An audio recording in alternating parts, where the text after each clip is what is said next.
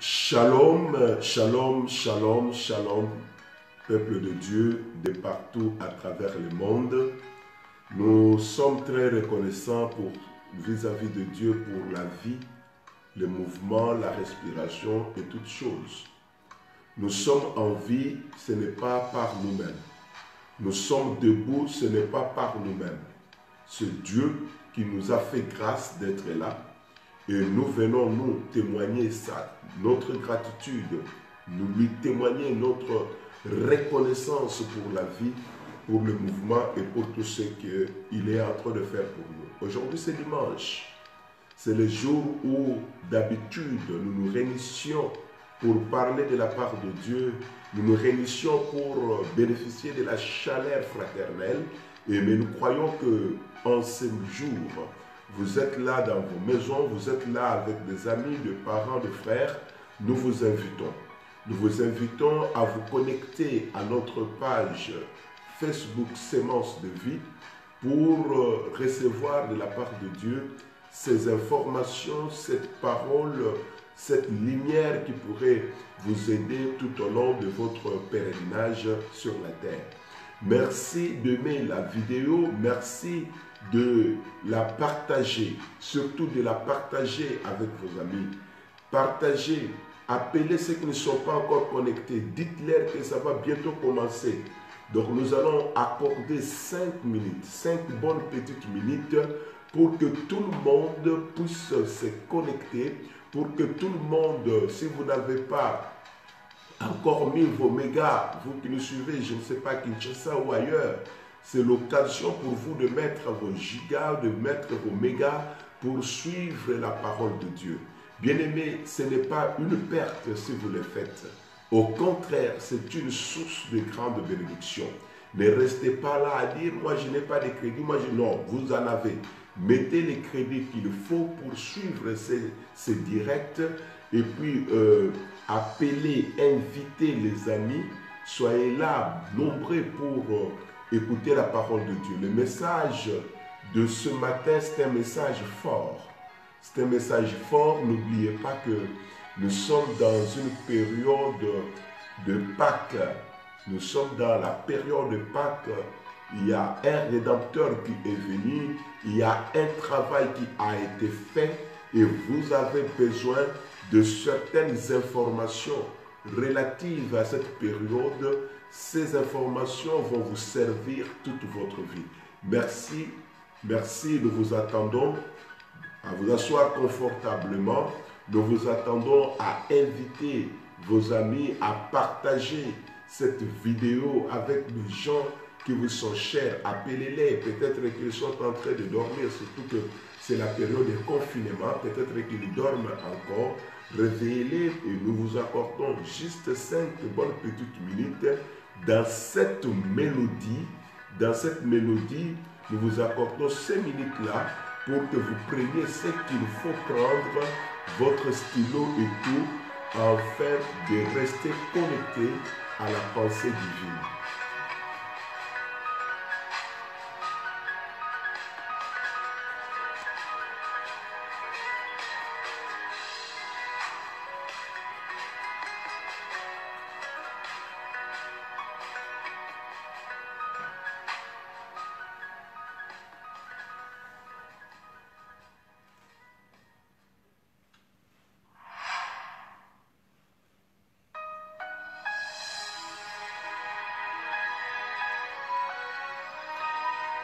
Merci de vous connecter.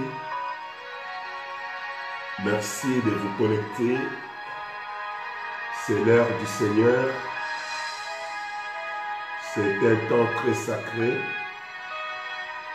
C'est l'heure de grande visitation.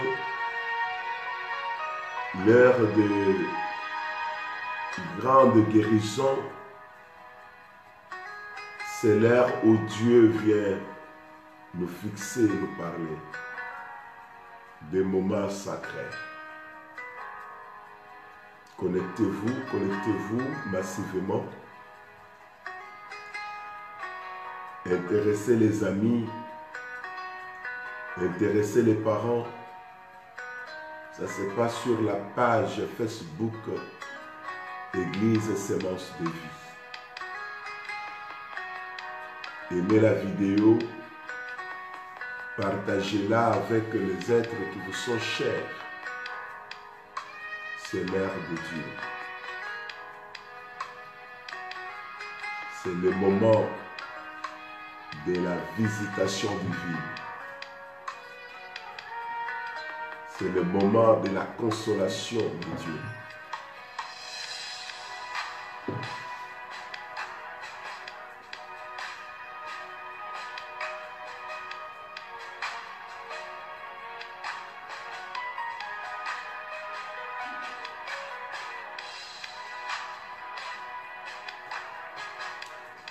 Vous qui venez à peine de vous connecter, shalom, shalom, shalom, shalom. Shalom. Invitez les autres à partager la vidéo parce que nous aimerions que un grand nombre puisse saisir ce message. Nous aimerions que nos amis, nos frères et sœurs, nos parents, nos oncles, nos tantes puissent être connectés. Pourquoi ne pas inviter ton collègue de service? Aujourd'hui c'est dimanche, peut-être qu'il est à la maison. Invite-le. Nous faisons ce travail, nous le faisons avec notre cœur et nous le faisons pour vous. C'est pour vous que nous sommes là. Et ça nous fait beaucoup plaisir de comprendre que vous êtes là, très branchés pour nous suivre, pour nous écouter. Et vous ne resterez pas sans recevoir quelque chose de la part du Seigneur. Invitez les amis. Nous allons commencer dans 2 minutes.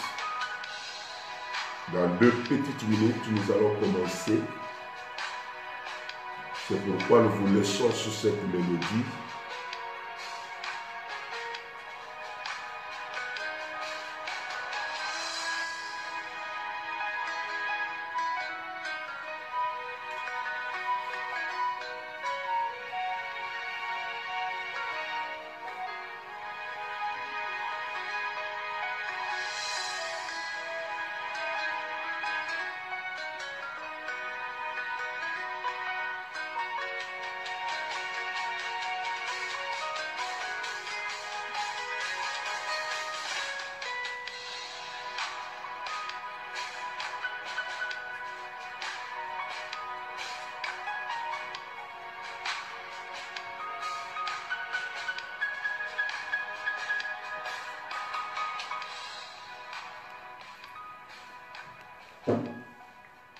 Bonjour chers enfants de Dieu, bonjour de partout où vous nous suivez en ce moment.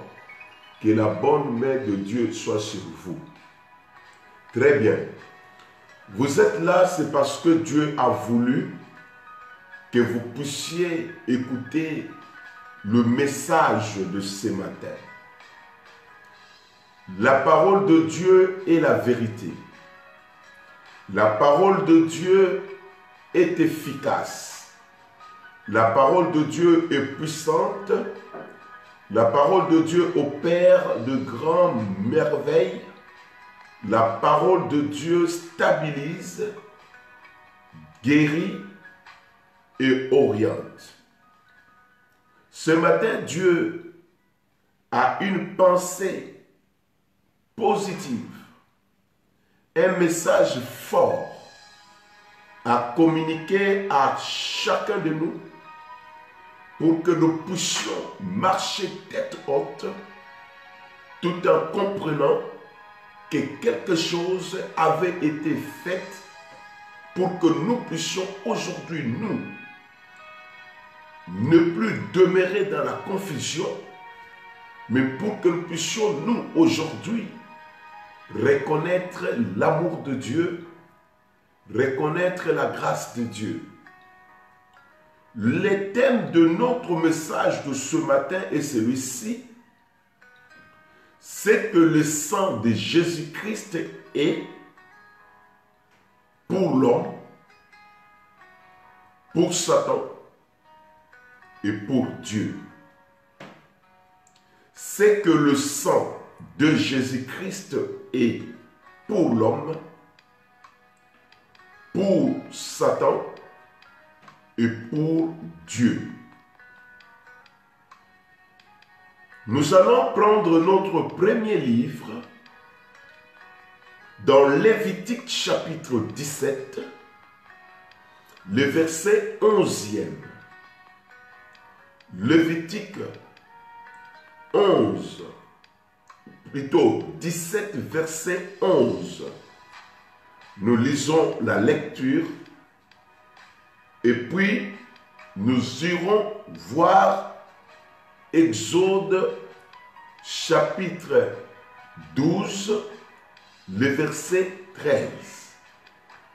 Exode 12, verset 13. Mais notre première lecture, nous la faisons dans Lévitique 17, le verset 11e. La Bible dit ceci. Car l'âme de la chair est dans le sang. Je vous l'ai donné sur l'autel, afin qu'il servît d'expiation pour vos âmes. Car c'est par l'âme que le sang fait l'expiation. Nous reprenons. Car l'âme de la chair est dans le sang. Je vous l'ai donné sur l'autel, afin qu'il servît d'expiation pour vos âmes. Car c'est par l'âme que le sang fait l'expiation. Dans Exode chapitre 12, le verset 13, Exode chapitre 12, le verset 13, nous lisons la parole de Dieu. Elle dit ceci dans Exode 12, le verset 13. Je suis l'Éternel. Le sang vous servira de signe sur les maisons où vous serez. Je verrai le sang et je passerai par-dessus vous, et il n'y aura point de plaie qui vous détruise, car je frapperai le pays de l'Égypte. Quand je frapperai le pays de l'Égypte, je passerai par-dessus vous, et il n'y aura point de plaie qui vous détruise. Alors, ici, nous voulons, chers enfants de Dieu, puisque nous sommes dans la période de la Pâque, nous voulons, avec l'aide de Dieu, vous présenter le sang de Jésus-Christ, ce qu'il est pour nous, ce que ce sang est pour les diables, et ce que ce sang représente pour Dieu. C'est très important pour nous que nous puissions comprendre, que nous puissions maîtriser ces choses. Faisons un tour, chers enfants de Dieu, dans les jardins d'Éden. Éden qui signifie délice. Nous savons ce qui s'était passé en Éden. La volonté de Dieu était que l'homme puisse vivre calmement en Éden. La volonté de Dieu était que l'homme puisse cultiver Éden, qu'il puisse garder Éden. Mais nous savons, après un moment, avec la séduction de l'ennemi Satan, l'homme a perdu la vocation qui était celle que Dieu lui avait confiée. Et nous savons par la suite, il a transgressé.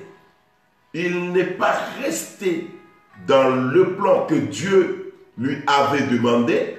Et la conséquence, Dieu l'a chassé du jardin. Parce que nous ne voulons pas vraiment retarder là-dessus. Nous voulons aller droit au but parce que nous ne voulons pas que quelqu'un puisse se décourager puisque je n'avais pas beaucoup de mégas ou beaucoup d'autres soucis. Mais quand l'homme avait commis son forfait, il se sentit coupable.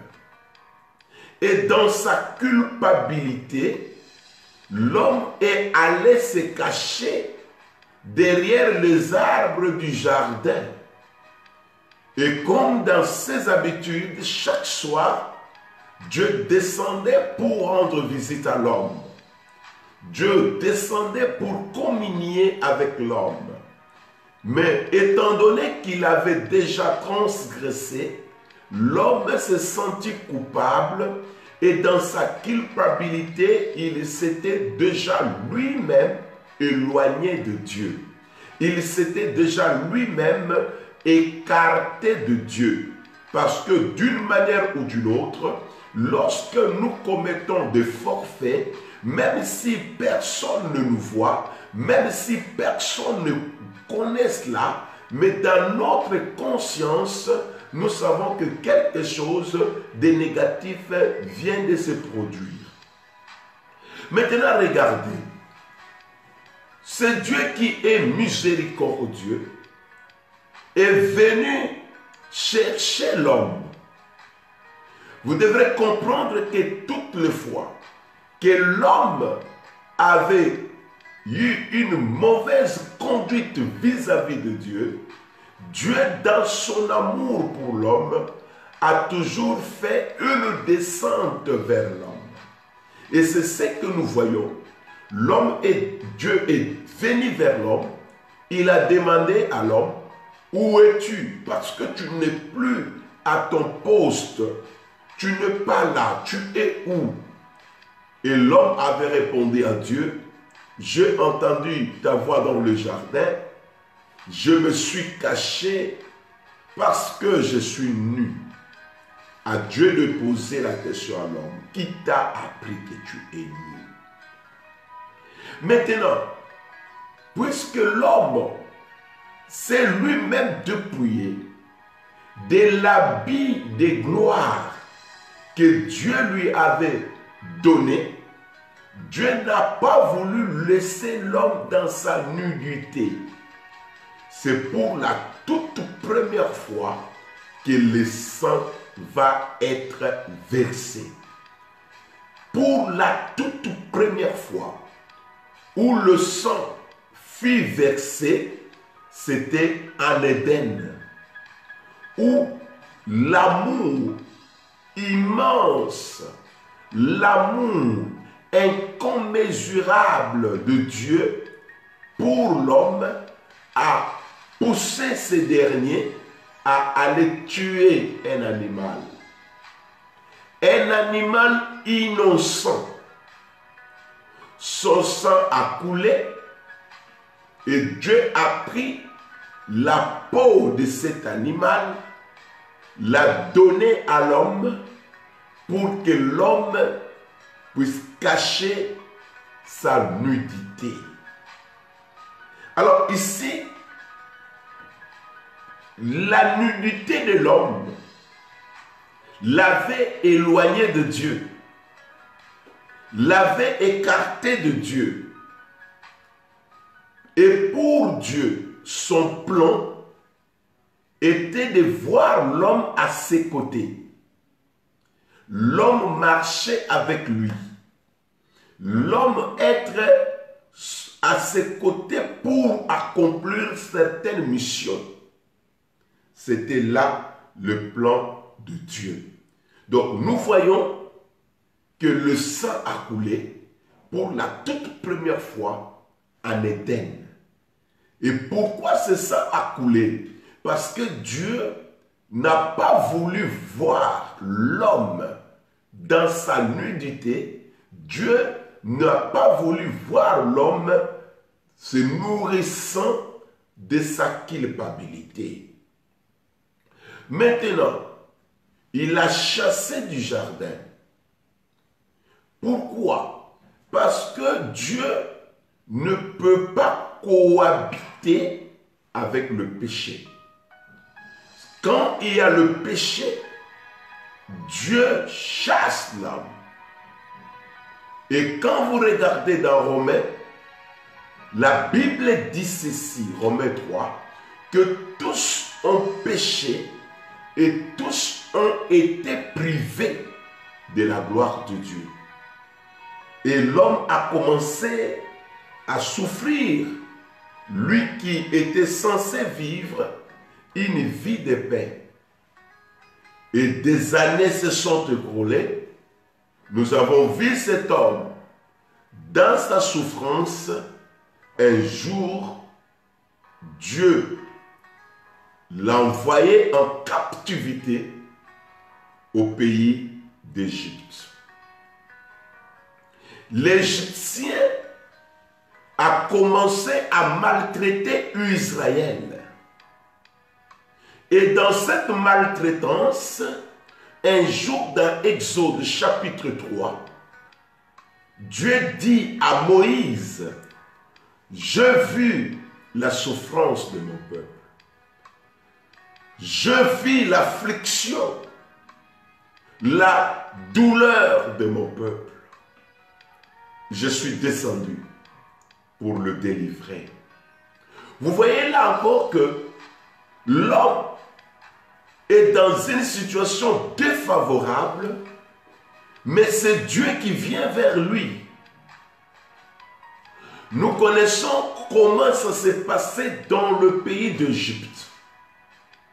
La souffrance, la douleur, le pleur, tout ce que Israël avait enduré, jusqu'au jour où Dieu va décider de les libérer après 430 ans de souffrance. Après 430 ans de calamité, de moquerie, de raillerie, d'injustice. Dieu, par ses méthodes, il a préféré d'abord châtier le pays d'Égypte. Nous connaissons l'histoire des 10 fléaux, les 10 plaies. C'était pour que Israël voie la puissance de Dieu. La main forte et opérationnelle de Dieu. Et nous voulons que les enfants de Dieu comprennent ici que si Israël respectait les consignes de Dieu données par Moïse, les fléaux qui frapperaient l'Égypte ne les concerneraient pas. La preuve en est que lorsque Dieu avait frappé le pays d'Égypte des épaisses ténèbres à Goshen où habitait Israël, la ville était éclairée. C'est un peuple de lumière. C'est pour vous dire, vous qui nous suivez, que si nous respectons aussi les consignes que Dieu nous donne à travers de sa parole, nous ne serons pas frappés, nous ne serons pas dans l'angoisse comme les autres. Voilà pourquoi David un jour avait dit dans le psaume 112 que nous n'avons pas peur de mauvaises nouvelles parce que nous savons où nous nous sommes cachés, où nous nous sommes réfugiés. Nous nous sommes réfugiés dans la parole de Dieu. Or, la parole de Dieu, c'est Dieu lui-même. Et Dieu ne peut pas se punir. Il ne peut pas le faire. Voilà pourquoi au chapitre 12e d'Exode que nous venons de lire, il commence par dire « Je suis Dieu ». vous allez prendre un animal, un agneau, que vous allez immoler le 14e jour. Vous prendrez de son sang, vous placerez sur les linteaux de vos maisons et sur le poteau des maisons dans lesquelles vous allez vous retrouver. Et moi, je vais envoyer l'ange destructeur. S'il voit le signe de sang, il va passer outre. Parce qu'il dit qu'il n'allait pas frapper Israël de tout le fléau avec lequel il a frappé le pays d'Égypte. Maintenant, au chapitre 17e des Lévites, la Bible dit au verset 11, « Car l'âme de la chair est dans le sang.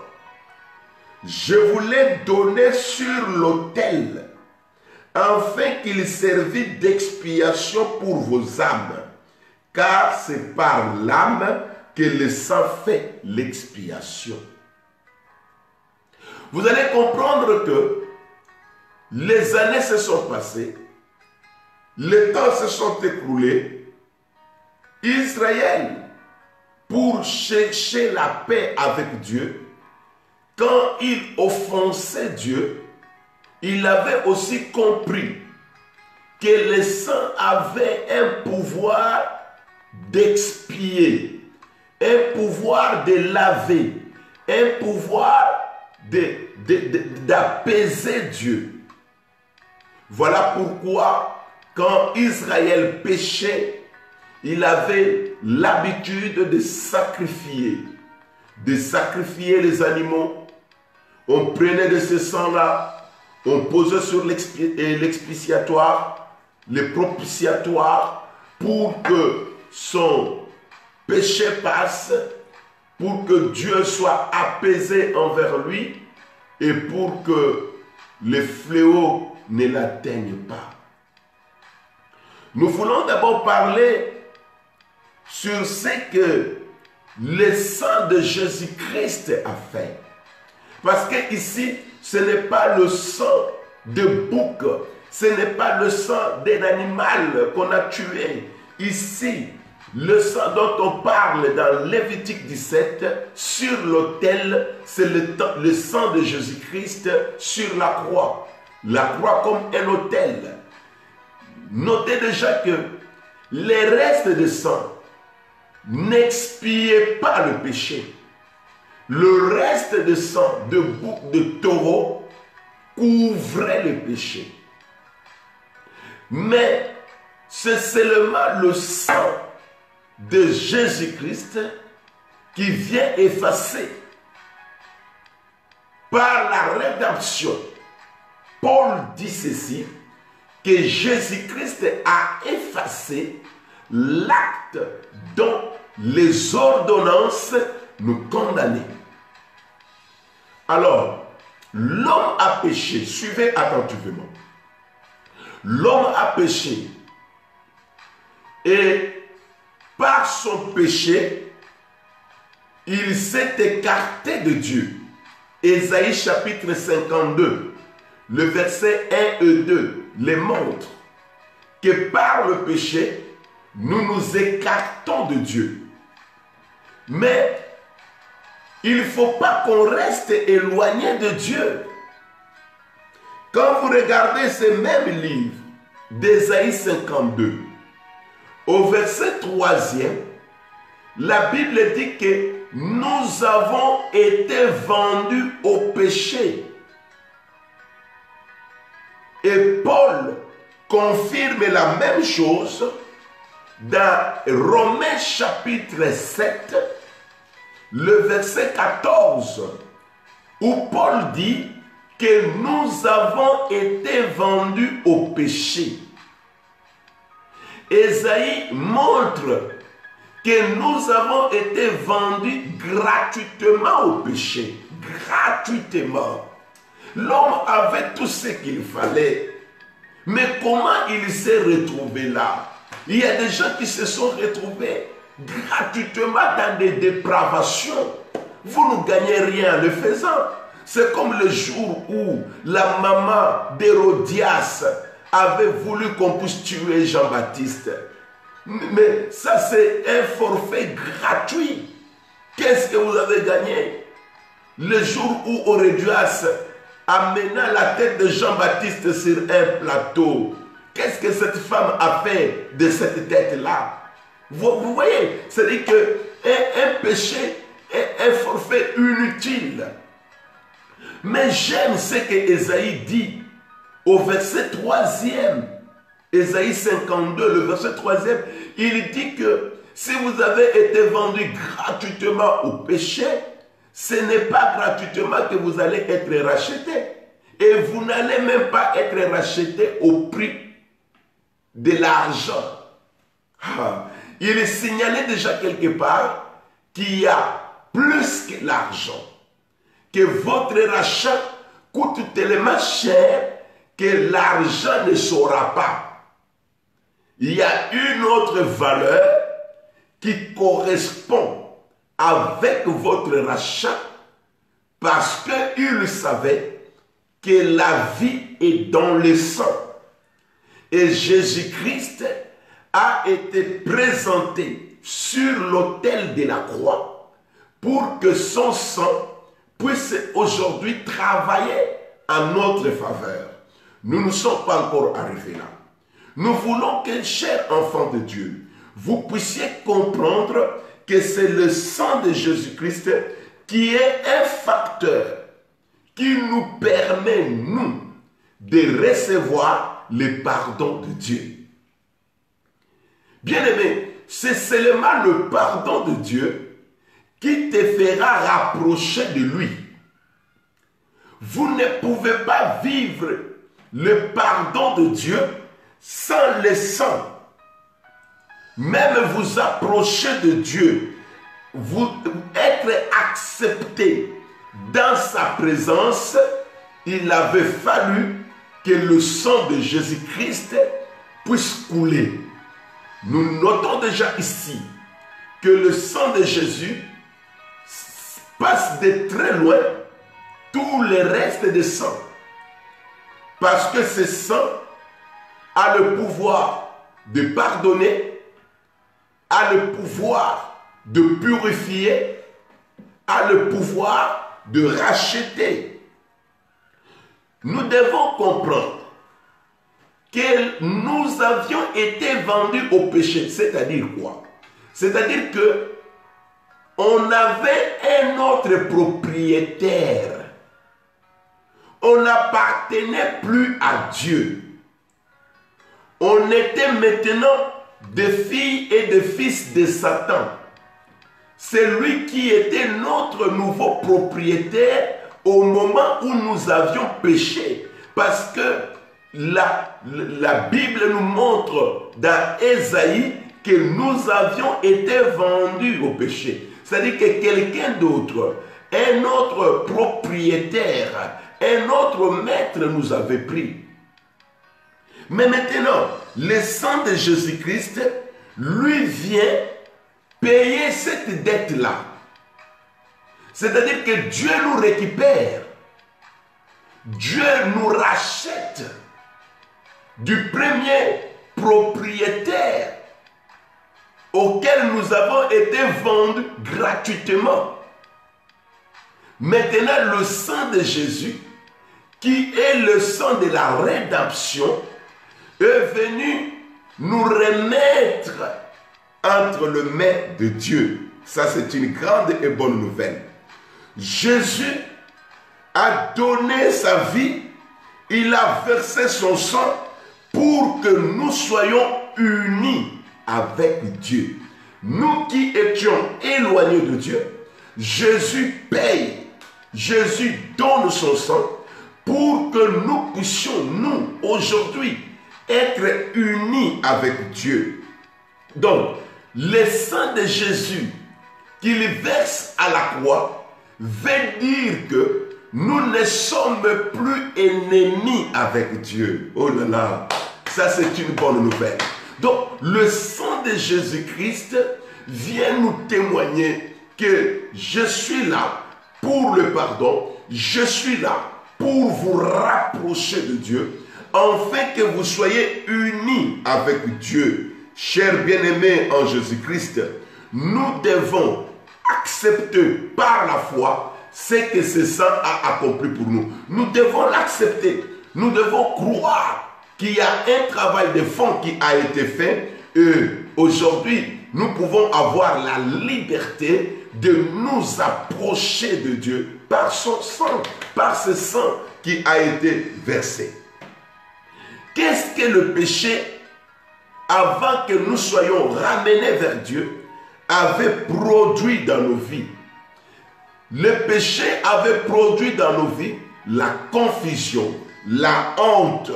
Le péché nous avait séparés de Dieu. Comme nous l'avons dit dans Ésaïe 52, le verset 2. Le péché nous a séparés de Dieu. Il a permis à ce que nous soyons très loin de Dieu. Il nous a rendus coupables. Le péché rend coupable. On marche dans la culpabilité. Autre chose, le péché a fait que le diable puisse nous accuser. C'est le péché qui donne au diable la force de nous accuser. Dans Apocalypse 12, le verset 10, la Bible nous montre clairement que Satan est notre accusateur. Le péché lui avait donné cette force-là. Et quand vous regardez dans Ézéchiel 18, verset 4, vous allez comprendre que le péché a introduit la mort. Voilà ce que le péché avait fait. Le péché nous a écartés de Dieu. Le péché nous a conduits dans la culpabilité. Le péché a fait que le diable puisse nous accuser. Le péché conduit à la mort. Nous avons dit qu'elle conduit à la confusion. Il conduit à la confusion, le péché. Maintenant, Dieu n'a pas voulu que nous puissions mourir, que nous puissions rester dans notre mort. Dieu a fait quelque chose pour nous. Alors, ce sang de Jésus-Christ a joué aussi un très grand rôle. Et nous allons voir le premier rôle pour l'homme. C'est important, chers enfants de Dieu. Pour l'homme, le sang de Jésus nous a libérés de toute notre culpabilité. Ça, c'est une grande bonne nouvelle. Il ne faudrait plus que ta conscience t'accuse de quoi que ce soit. Ta conscience ne doit plus t'accuser. L'écrivain aux Hébreux, dans son chapitre 9e, le verset 14e, dit ceci.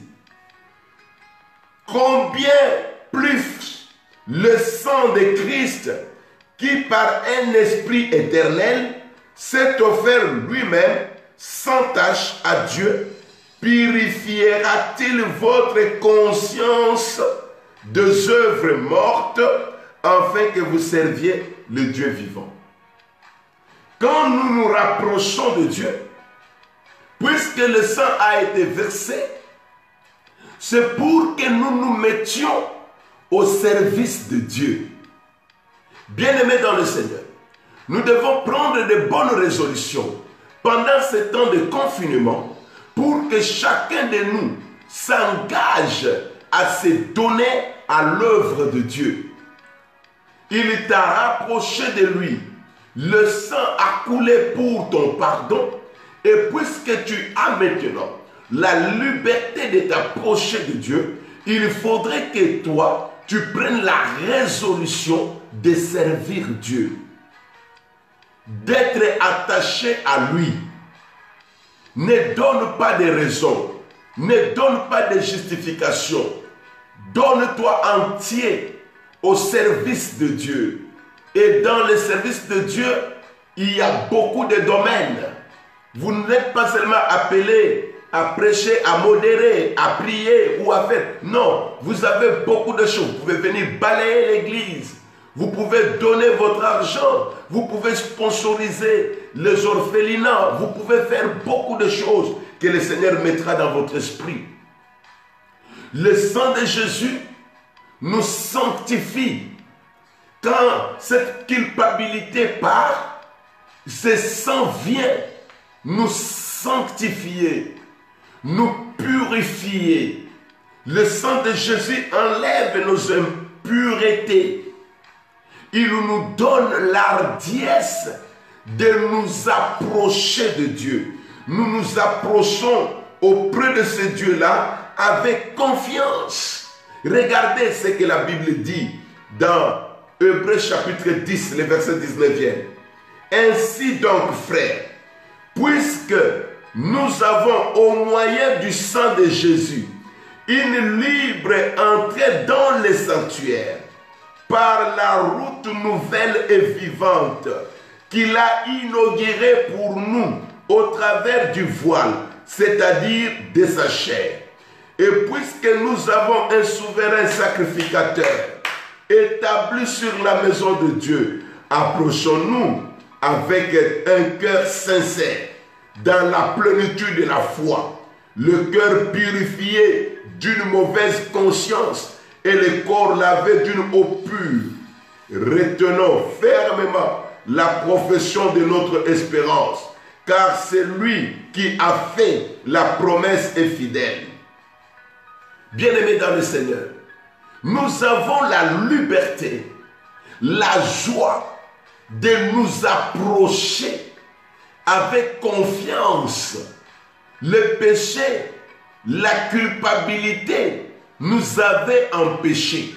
Maintenant, le sang de Jésus pour nous, il est venu pour nous purifier, il est venu pour nous pardonner, nous sanctifier, nous purifier, afin que nous puissions, nous, être admis dans les conseils de Dieu. Oh là là, ça nous aimons. Dans les conseils de Dieu, tout le monde ne pouvait pas y venir. Mais grâce, j'aime bien ce que l'apôtre Paul dit aux Colossiens. Prenez vos Bibles avec moi, chers enfants de Dieu. Colossiens chapitre 2, nos chapitres 1er, les versets 19 jusqu'au verset 22e.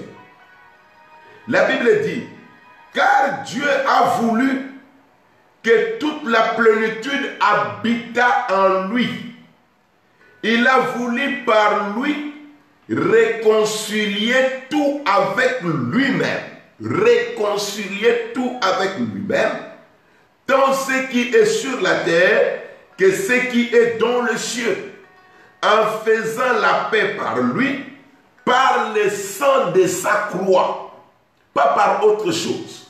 La réconciliation de l'homme s'est effectuée à l'aide du sang de Jésus, le sang sur l'autel de la croix.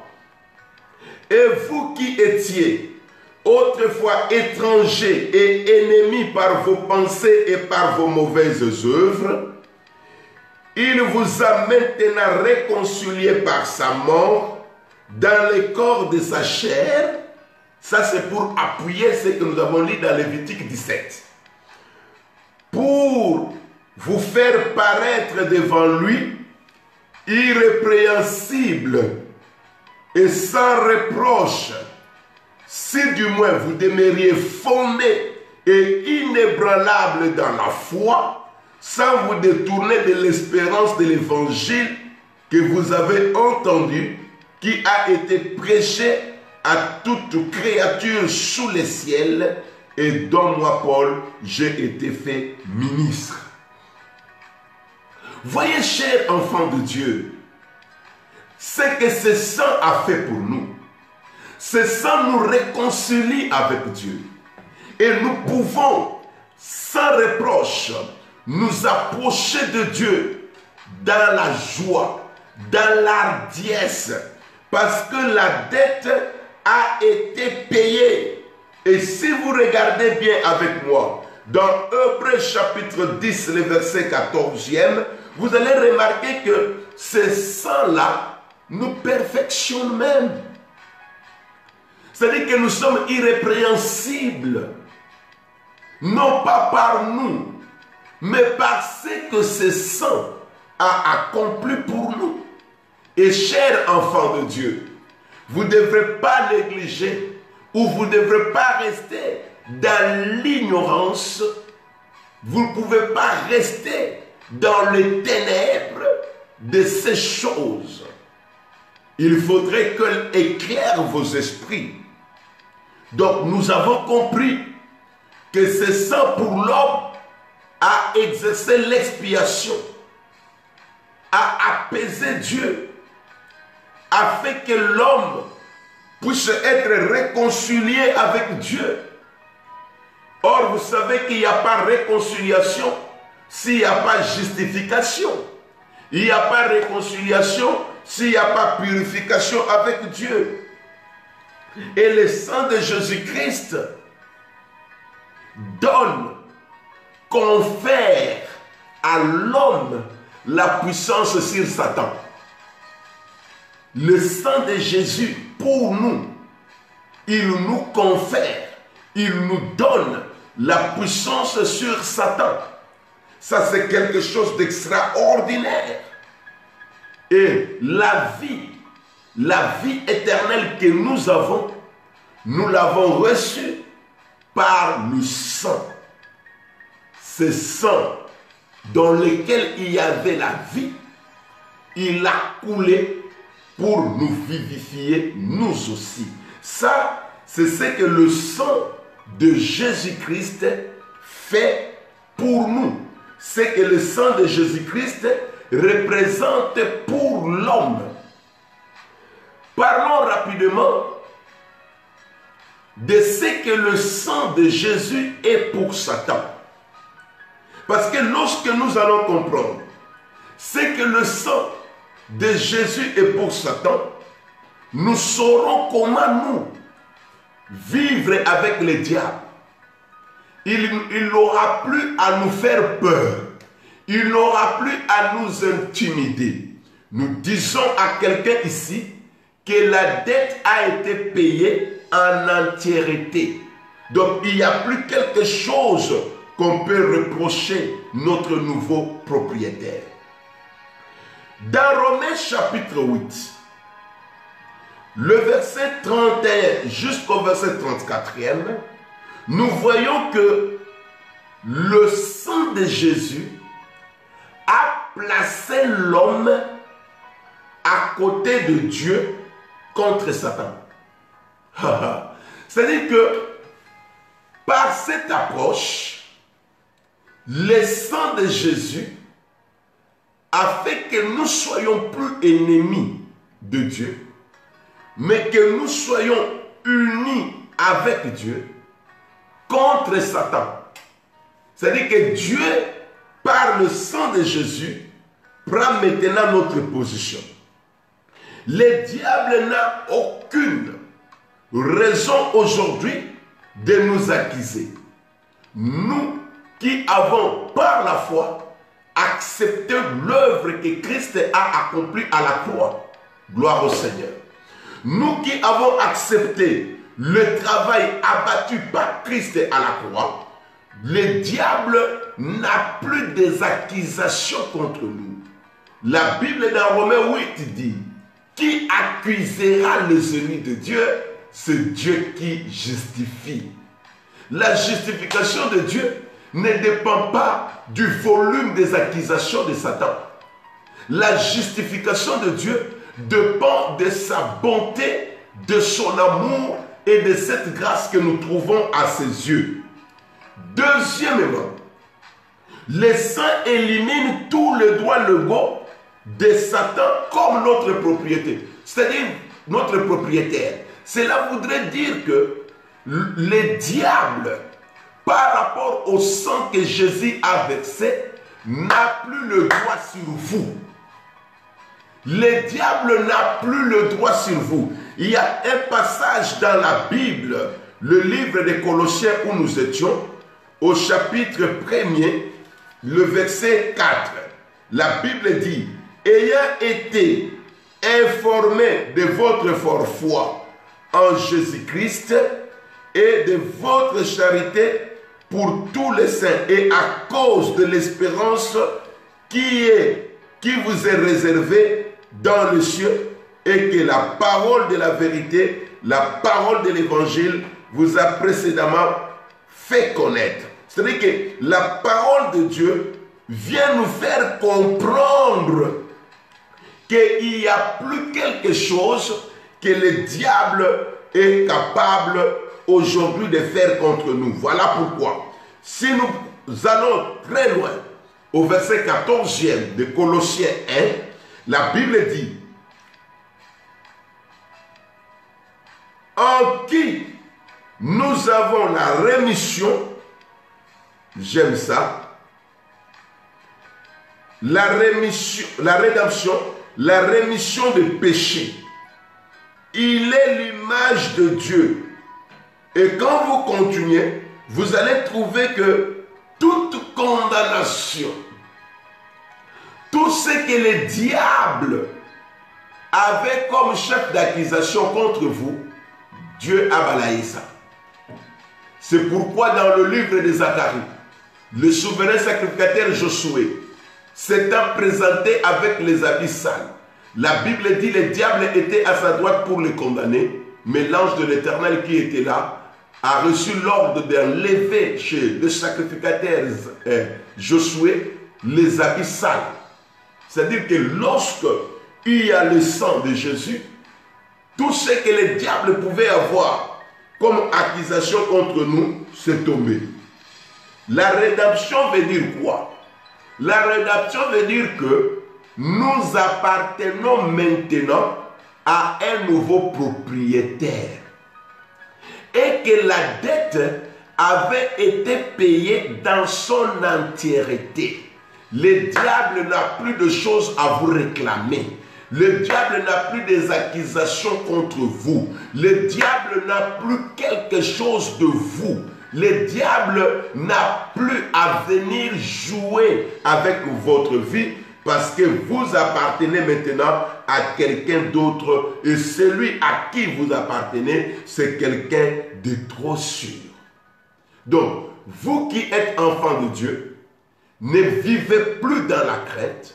Ne pensez plus que le diable a quelque chose contre vous. Non, il n'a plus quelque chose contre vous. Le diable n'a plus de choses vous concernant parce que vous ne lui appartenez plus. Par le sang qui a été versé, vous avez maintenant un nouveau propriétaire. Votre nouveau propriétaire, c'est l'Éternel des armées. Maintenant, puisque nous ne voulons pas retarder beaucoup sur le diable. D'ailleurs, pour tous ceux qui sont éclairés, vous savez qu'il a été dépouillé. Quelquefois, c'est notre ignorance qui donne au diable les armes. Mais la vérité est que, à la croix, quand Christ versait son sang, le diable fit dépouiller.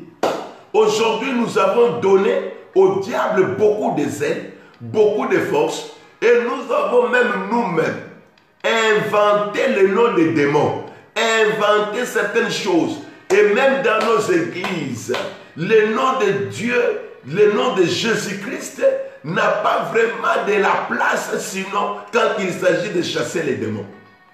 Or, ces démons-là peuvent être eux-mêmes chassés sans que nous puissions faire beaucoup de tracasseries, beaucoup d'histoires que nous faisons aujourd'hui, si la personne de Jésus-Christ est bien prêchée dans nos églises.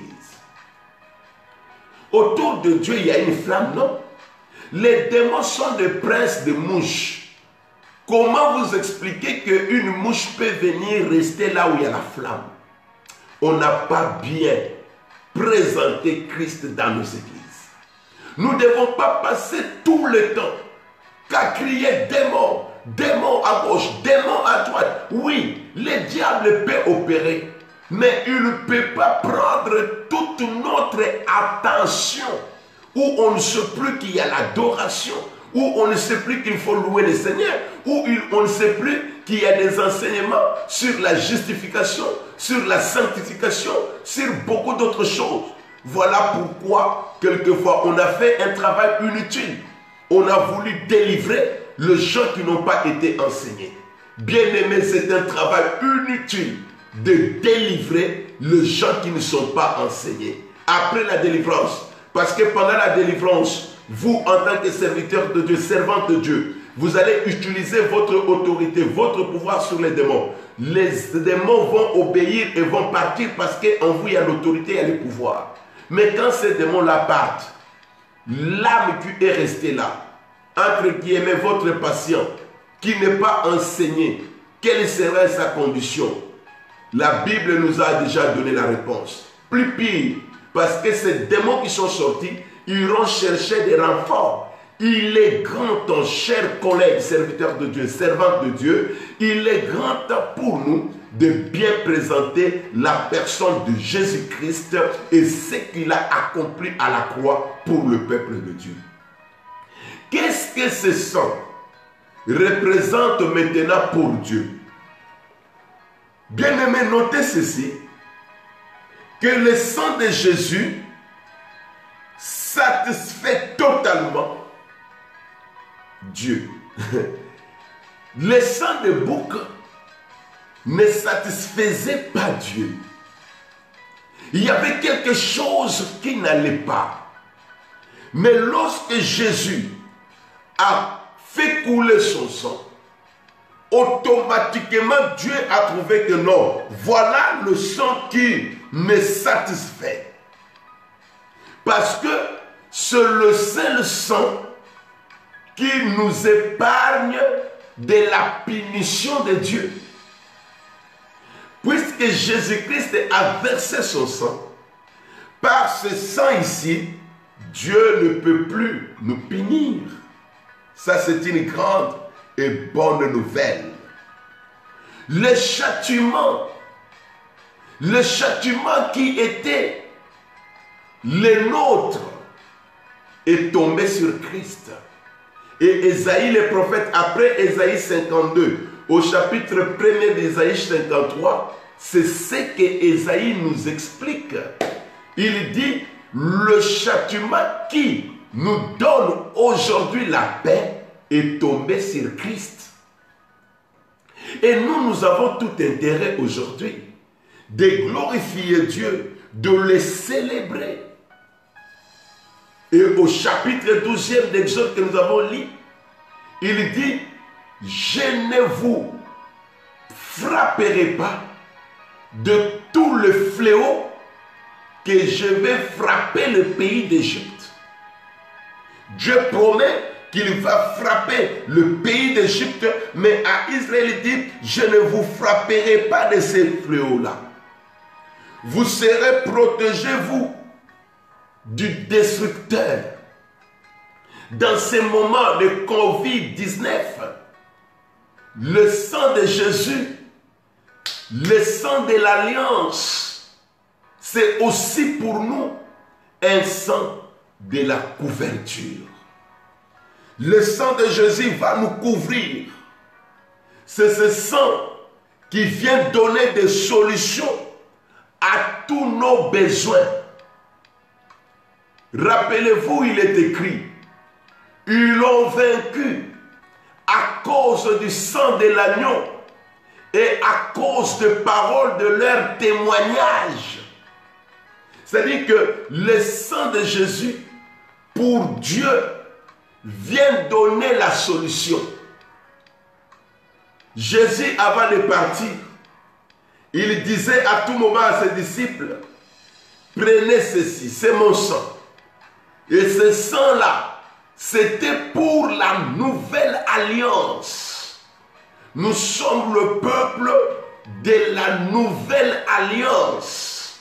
Et dans cette nouvelle alliance, Dieu est notre Père. Et par son sang, le diable ne peut plus faire quoi que ce soit. Parce que nous avons, nous, reçu une grâce exceptionnelle de la part de notre Dieu. La grâce d'être accepté tel que nous sommes, d'être accepté comme nous sommes auprès de notre Dieu. Pour Dieu, ce sang de Jésus a restauré notre communion avec lui. Cette communion qui n'existait plus entre nous et Dieu a été restaurée par le sang de Jésus-Christ.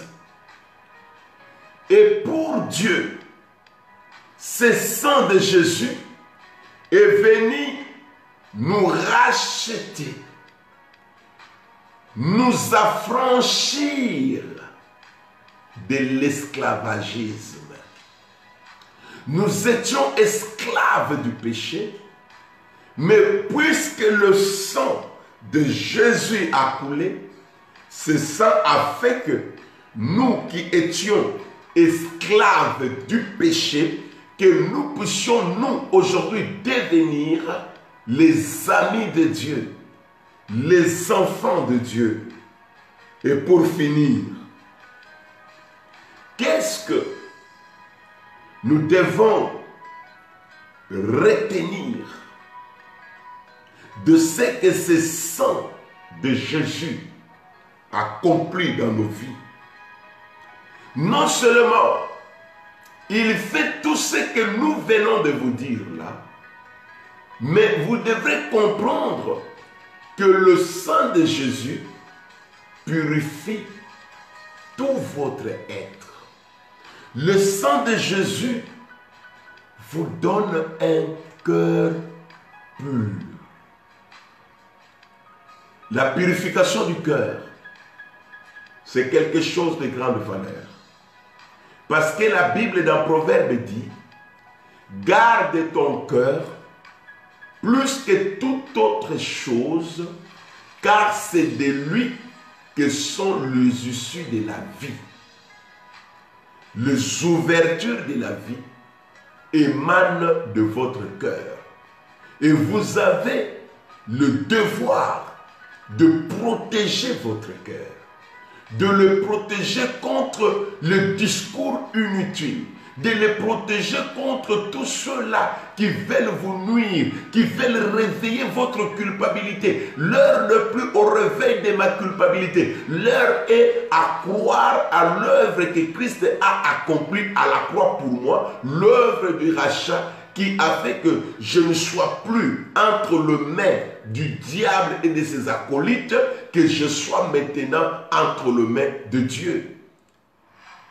Et ce Dieu auquel nous avons affaire, c'est un Dieu riche en bonté, un Dieu miséricordieux, un Dieu qui fait grâce à tous ceux-là qui viennent vers lui. Et quand vos cœurs sont purifiés, chers enfants de Dieu, la vie éternelle ne se conçoit que par le sang que Christ a versé à la croix.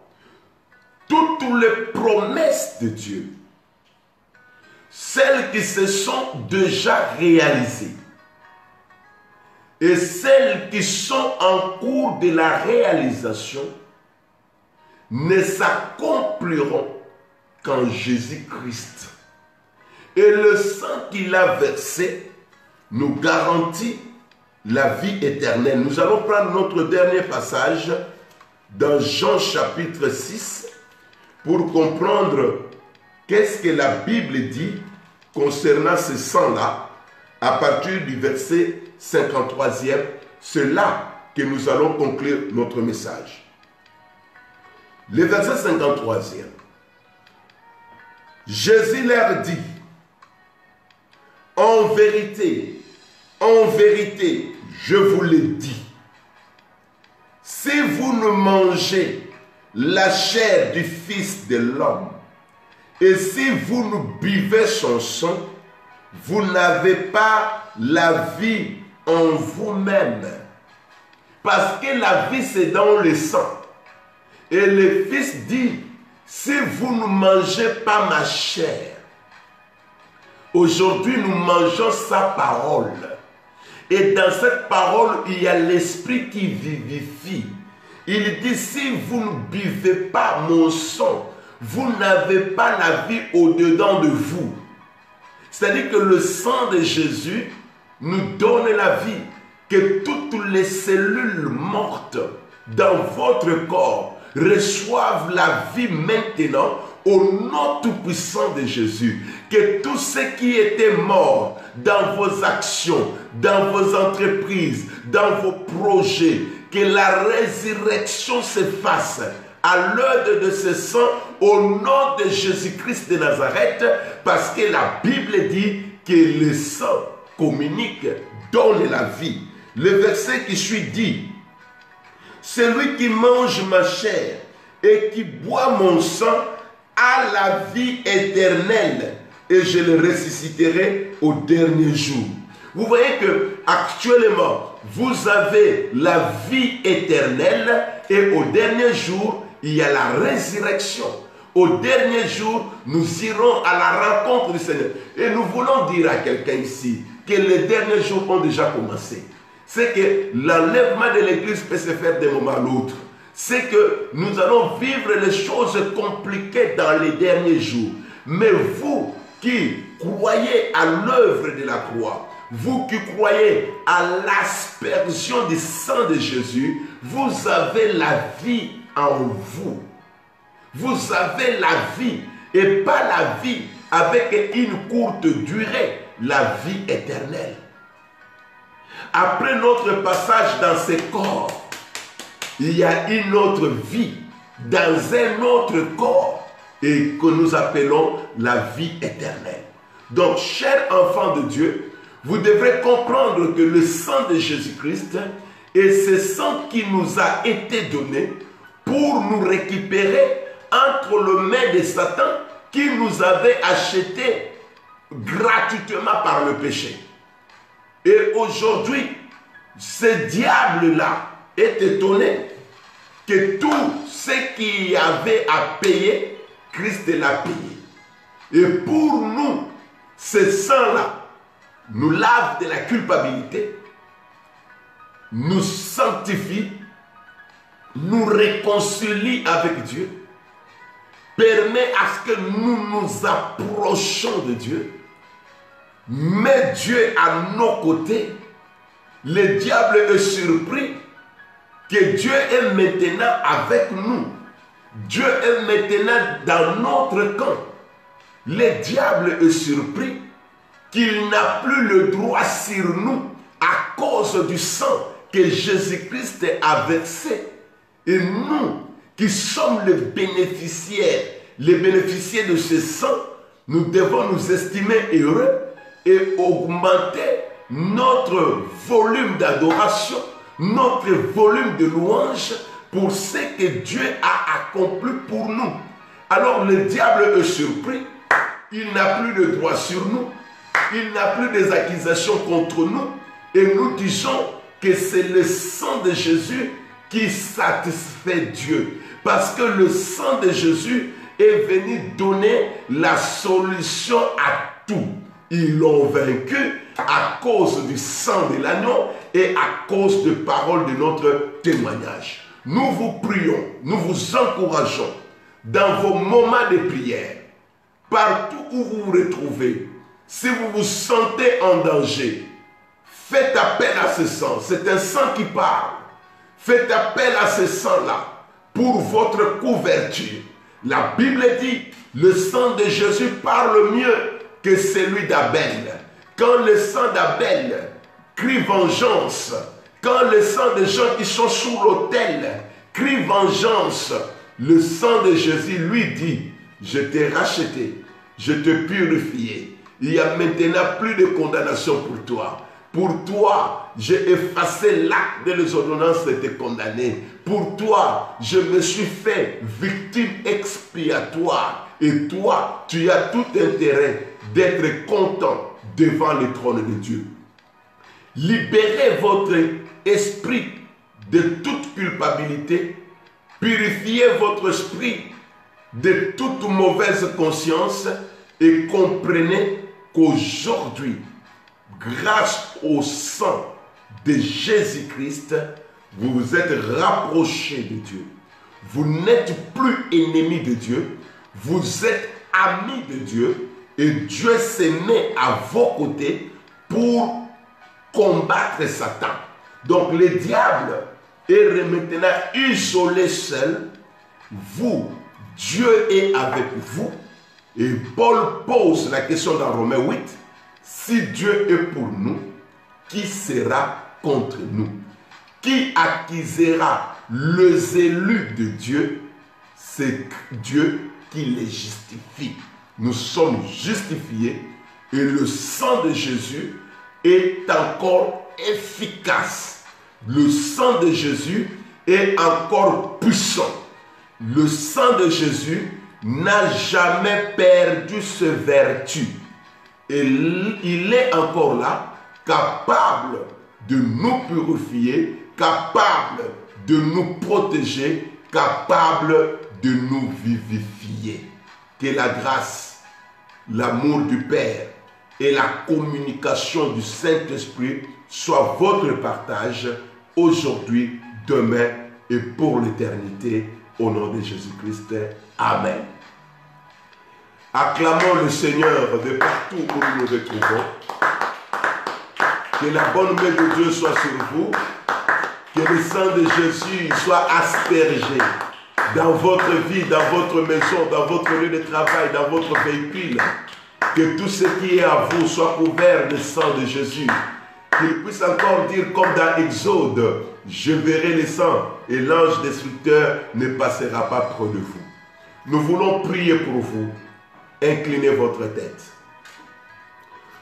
Tendre Père notre Dieu, nous avons apporté cette parole à ton peuple pour lui faire comprendre ce que ton sang a représenté pour nous, pour le diable et pour Dieu. Pour le diable, il est étonné que nous ne sommes plus en inimitié avec toi. Pour le diable, il n'y a plus d'accusation parce que le sang a tout réglé. Oui, pour nous, Seigneur, nous croyons que la culpabilité, le diable qui voulait par notre conscience nous accuser, ton sang nous a lavés, nous a purifiés, nous a justifiés, nous a réconciliés. Oui, Seigneur, merci pour cette œuvre. Merci, Seigneur, pour le sang que tu as versé sur ton autel.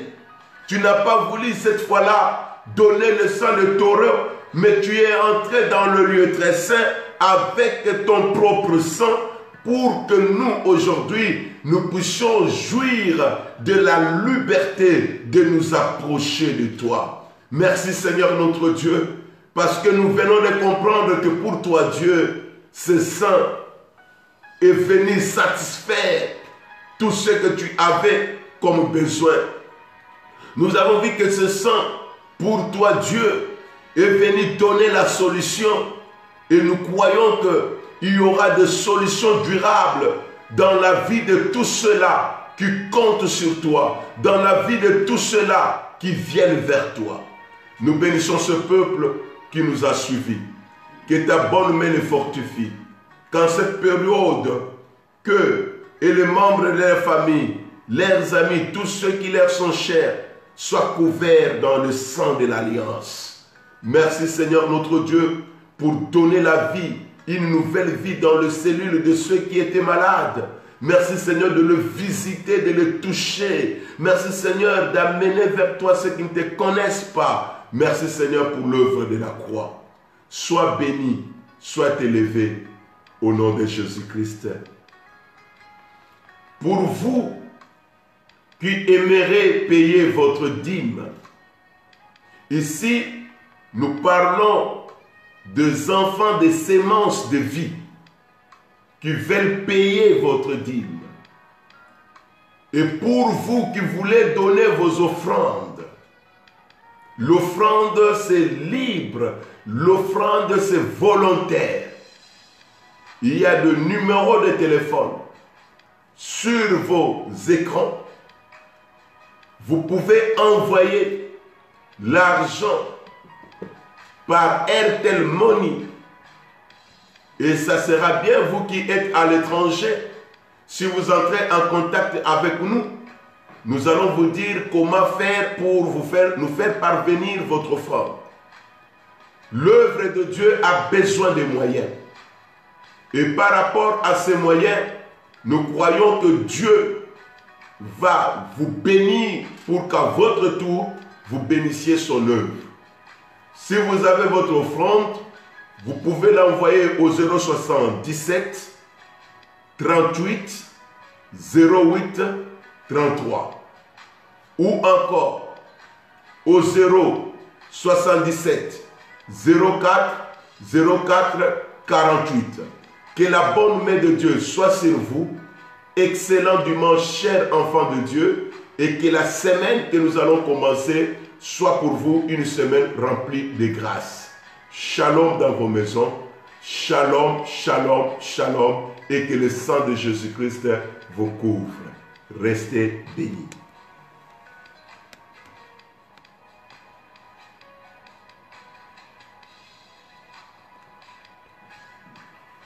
C'est bon.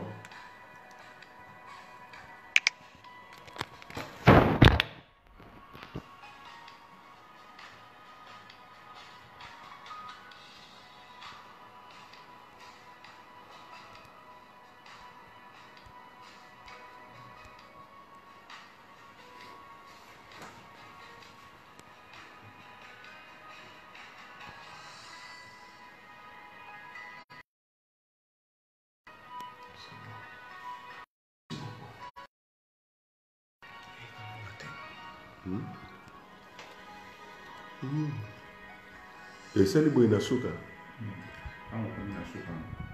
Na momani. Le sang. Le sang, c'est que le sang représente pour Dieu. Ah! Bon, à un moment, il fallait ça la signe. Il fallait ça la signe tout ça. Donc, message facilitaire, donne, ça va. Ça tient qu'on se refroidir. C'est passé. On a vraiment passé à commentaire.